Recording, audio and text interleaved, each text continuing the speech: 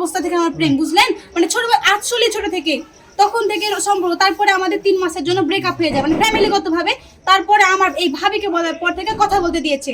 আমার হাজবেন্ডের সাথে আমার 3 বছরের জন্য 3 মাসের জন্য ব্রেকআপ হয়ে গেছিল, মানে কোনো যোগাযোগ ছিল না, একটা হাই পর্যন্ত ছিল না, চোখে চোখে দেখাও ছিল না, কোনো কিছু ছিল না। তারপর আমি ওকে বলেছিলাম, ওই তখন এত কিছু করেছে। আর আমার হাজবেন্ডের দোষ যে আমার হাজবেন্ড জেল থেকে আসার পর আমার সাথে একটা যোগাযোগ করেনি, বুঝতে পারলেন?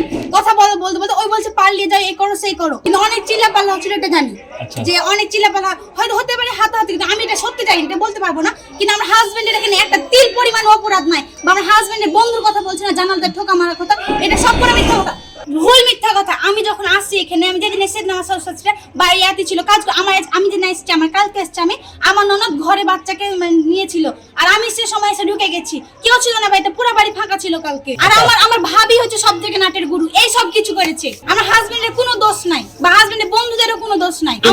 আমার ফ্যামিলি তো আছে, এই হলো মেন কালপি। ফ্যামিলি আমার বিপক্ষে আছে, বরং আমার ফ্যামিলি যদি আমাকে তুলে দেয় ওদের হাতে, তাইলে আমাকে নিবে, তবে তো নিবে না, না কিছু করেনি। আমার ফ্যামিলি, আমার হাজবেন্ডের ফ্যামিলি অত্যাধিক ভালো। আমার 3টা ভাই আছে, আর এখানে আমি আরো 4টা ভাই পেয়েছি, 4টা ভাইয়ের মধ্যে একটা বোন পেয়েছি। আমার বোন নাই, সেই বোনটা আমার বোনের মতো, আমি সব কথা বলি। আর আমি জানি আমার আম্মাকে নিজের কোনো কথাই বলতাম না, কোনো কথাই বলিনি, সব পেটে করে রেখেছি। আমার শাশুড়িকে আমি সব কথা বলি, যা আছে খুলে বলি, আমার হাজবেন্ডকেই বলি না অতগুলা কথা।